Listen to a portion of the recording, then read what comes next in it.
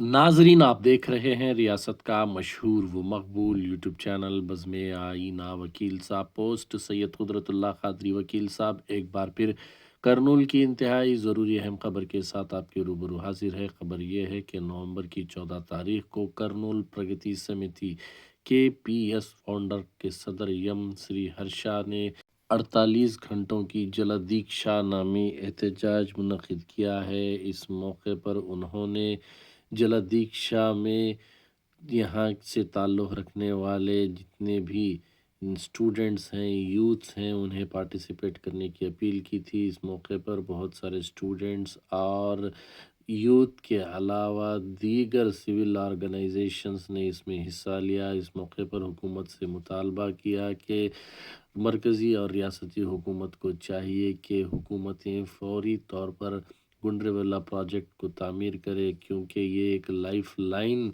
जो है प्रोजेक्ट है हमारे गरीबी को, हमारे इलाके से गरीबी को दूर करने के लिए। इस मौके पर आप देख सकते हैं डॉक्टर मंसूर रहमान के अलावा साबिक़ रुकन असम्बली करनूल यम गफ़ूर साहब और ख़ुद KPS के सदर यम श्री हर्षा जो है इसमें जो है हिस्सा लिया और हुकूमत से मुतालबा किया कि हुकूमत फ़ौरी तौर पर गुंडरेवाला प्रोजेक्ट को मुकम्मल करे। आप देखिए ये ख़ुसूसी रिपोर्ट। इस मौके पर इस वीडियो में आप देख सकते हैं कि डॉक्टर मंसूर रहमान साहब जो है हमारे इलाके की अहमियत और गुंडरेवाला प्रोजेक्ट के मुताल्लिक़ तफसील से बताए हैं। వందల సంవత్సరాల పీరియడ్ లో కూడా నీటి పారుదల మీద ఏ పాలకులు కూడా పెద్దగా దృష్టి మరలించలేదు. 1863లో కర్నూలు సుంకేసల దగ్గర నుంచి కడపకు వెళ్లే ఒక కాలువ తవ్వించినారు డచ్ కంపెనీ వాళ్ళు. అది బ్రిటిష్ వాళ్ళు తీసుకున్నారు. 1970లో జూలై 20న అది ప్రవాహం మొదలైంది. కర్నూలు పట్టణానికి దాదాపు ఈ కాలువ పారేటప్పుడు 20,000 పాపులేషన్ ఉండింది. ఇక్కడ ఓపెన్ కెనాల్స్ ద్వారా నీళ్లు పారినాయి. రక్షిత నీటి సౌకర్యం లేదు. 1966లో ఇది మున్సిపాలిటీ అయింది. 1970 తర్వాత ఇక్కడ రక్షిత నీటి పారుదల వ్యవస్థ కోసము చెరువులు అవి తవ్వించడం జరిగింది.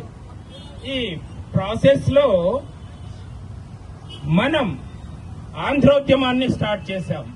స్వతంత్రోద్యమం, ఆంధ్రోద్యమం సమాంతరంగా జరిగినాయి.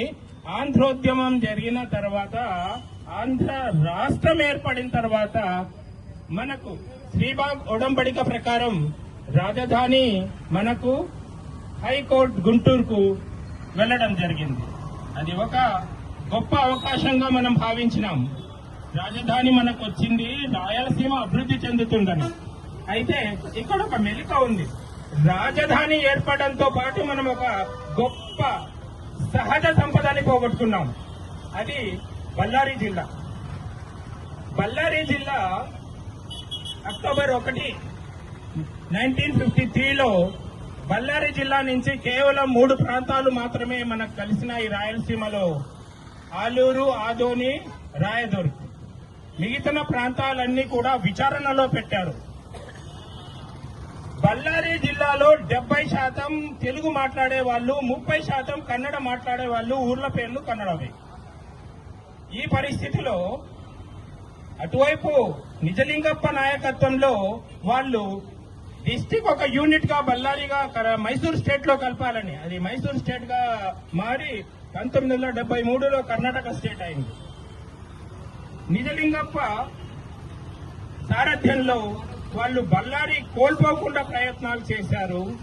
ఇక్కడ ఆలహర్వి సీతారామిరెడ్డి, లింగారెడ్డి, కంగుటూరి ప్రకాశం పంతులు తదితరులు వీళ్ళు బళ్ళారిని బళ్ళారి పోగొట్టుకోకుండా ప్రయత్నాలు చేశారు. రాజకీయ అవకాశవాదం కోసం కొంతమంది రాజకీయ నాయకులు ఈ ఉద్యమానికి దూరంగా ఉన్నారు. ఎందుకంటే ఇది పెండింగ్ పడిందంటే వాళ్ళకి పదవులు రావు, ముఖ్యమంత్రి పదవి రాదు. అందుకని వాళ్ళు ఈ బళ్ళారి కలపడము కలపకపోవడము ఒక పెద్ద ఇష్యూగా కనపడలేదు. అయితే బళ్ళారి పోగొట్టుకున్న తర్వాత రాయలసీమ వాసులకి అది ఎలాంటి సంపదని పోగొట్టుకున్నాము, ఎలాంటి నీటి సంపద, ఎలాంటి ఖనిజ సంపద అనేది అర్థమైంది. 1953 ఆ ప్రాంతాన జరిగింది. ఇదే కర్నూలు రాజధానిగా ఉన్నప్పుడు ఒక పెద్ద ప్రాజెక్ట్ ని కూడా మనం పోగొట్టుకున్నాం. రాజధాని అనేది ఇచ్చి మన నుంచి 2 గొప్ప సహజ సంపదల్ని కొల్లగొట్టడం జరిగింది. ఒకటి బళ్ళారి పోయింది, ఇంకొకటి కృష్ణా పెన్నా ప్రాజెక్ట్. కృష్ణా పెన్నా ప్రాజెక్ట్ అనేది 1910 ఆ ప్రాంతాన్ని బ్రిటిష్ గవర్నమెంట్ ఈ ప్రాంతానికి కరువు నివారణ కోసము ఎంక్వైరీ చేసేసి సర్వే చేయించేసి చేసింది. సార్ మెకెంజీ అనేటతను 1938లో రిపోర్ట్ ఇవ్వడం జరిగింది. స్వతంత్రం వచ్చిన తర్వాత 1951లో మొదటి పంచవర్ష ప్రణాళికలో కృష్ణా పెన్నా ప్రాజెక్ట్ ఆమోదం పొందింది. ఆల్మోస్ట్ ఆల్ నిధులు కేటాయించే సమయంలో ఈ ప్రాజెక్ట్ మద్రాస్కి నీటిని తరలించే కుట్రగా కొందరు నాయకులు, ఆంధ్ర నాయకులు రెచ్చగొట్టి మన రాయలసీమ వాళ్ళని కలుపుకొని ఇది వద్దు, మాకు నందికొండ దగ్గర నాగార్జున సాగర్ బెస్ట్ లొకేషన్ అని కృష్ణా